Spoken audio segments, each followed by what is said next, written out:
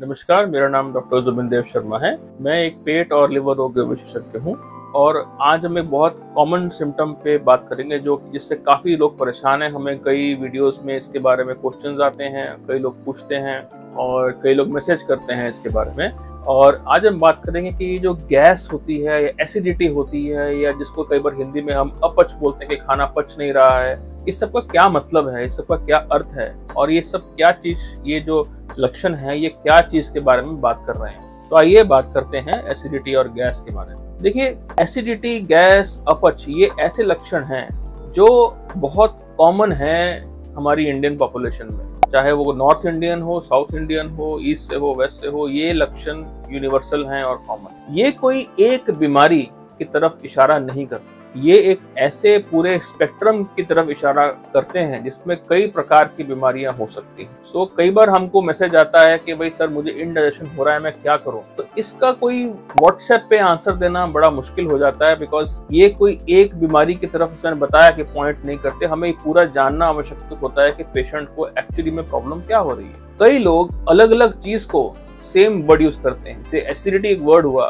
Acidity word के पीछे कई मीनिंग हो सकते हैं और अलग अलग पेशेंट्स अलग अलग चीज को एसिडिटी कहते हैं। सही मायने में अगर एसिडिटी की बात करें तो उसका एक मतलब होता है कि छाती के अंदर जलन हो रही है, जब भी खाने से बाद या खाने से पहले या खाली पेट जैसे भी, लेकिन पेट से ऊपर की तरफ पूरा गले तक जलन हो रही है। इस चीज को सबसे आम या स्पष्ट लैंग्वेज में या क्लियर लैंग्वेज में एसिडिटी कहा जाता है। लेकिन अगर हम जब ओपीडी में बैठते हैं, पेशेंट से बात करते हैं, तो वो हर चीज को, जैसे पेट फूलने को एसिडिटी कहना, डकार आने को एसिडिटी कहना, लैट्रिन पेट साफ नहीं होना उसको एसिडिटी कहना, ये सब चीजों को एसिडिटी कहा जाता है। वैसे ही एक वर्ड है गैस होना, गैस भी सेम चीज। जैसे कई पेशेंट्स कहते हैं कि मेरा पेट तना हुआ रहता है, फूला हुआ रहता है, उस चीज को गैस कहते हैं। कई कहते हैं कि लैट्रिन के रास्ते कई बार पाद आते हैं, उसको गैस कहते हैं। और कई लोग डकार को भी गैस कहते हैं। तो क्लियर वर्ड्स में ये सब लक्षण को लोग गैस या एसिडिटी के अंदर ही कह देते हैं। सो एज अ डॉक्टर मेरा ये काम अक्सर ये होता है कि पेशेंट की जब मैं बात करता हूँ, उनसे बात सुनता हूँ, उनको टाइम देता हूँ, तो ये जानना जरूरी है कि मेरा पेशेंट जो है वो किस चीज को गैस या अपच या एसिडिटी कह रहा है। जब हम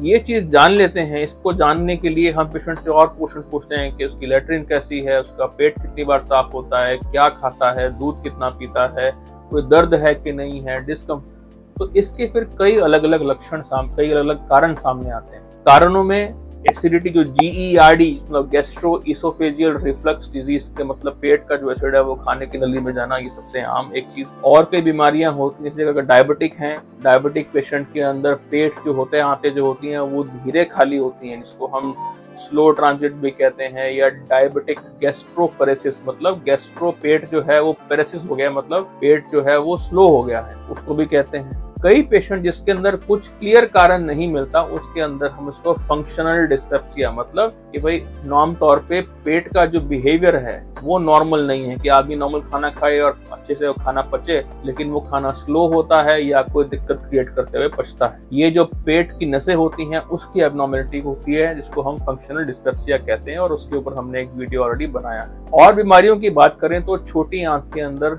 हमारे माइक्रोबायोम होता है, मतलब हमारा माइक्रोबायोटा होता है, कई तरह के कई लाखों में बैक्टीरिया होते हैं। उसके अंदर कुछ बैक्टीरिया अच्छे होते हैं या कुछ बैक्टीरिया खराब होते हैं। और यदि किसी कारण ये जो बैलेंस है बिटवीन अच्छे बैक्टीरिया और खराब बैक्टीरिया खराब होता है और खराब बैक्टीरिया ज्यादा मात्रा में बढ़ जाते हैं, जिसको हम बोलते हैं स्मॉल इंटेस्टिनल बैक्टीरियल ओवरग्रोथ, इसके कारण भी ये पेट फूलने की पद्धति सामने लक्षण पैदा हो सकता है। इसका भी इलाज होता है। उसके बाद अगर देखें तो कब्ज होना, पर्टिकुलरली अगर लंबे समय से कब्ज है, उन पेशेंट्स के अंदर पेट काफी फूलने वाला एक लक्षण है वो काफी आम है, जिसको और IBS में भी कई बार कह देते हैं, कई लोग फंक्शनल कॉन्स्टिपेशन में कह देते हैं, या मेडिकल लैंग्वेज में हम उसको कहते हैं एब्डोमिनोफ्रेनिक डिसएनर्जिया। मतलब क्या हुआ कि पेट की जो मसल है, सामने के जो मसल हैं और जो सांस का जो है मसल, उसके बीच में पूरा मेल होना चाहिए, जो जिस तरीके से उन दोनों को सिंक्रनी में, सिनर्जी में काम करना चाहिए, वो काम नहीं करते हैं।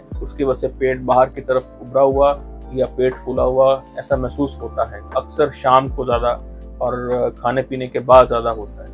अगर बात करते हैं अपचना या अपच, जिसको लोग कई बार कहते हैं कि इंडाइजेशन है। इंडाइजेशन का प्योर मेडिकल मतलब होता है कि भाई खाना जो खा रहे हैं वो पच नहीं रहा।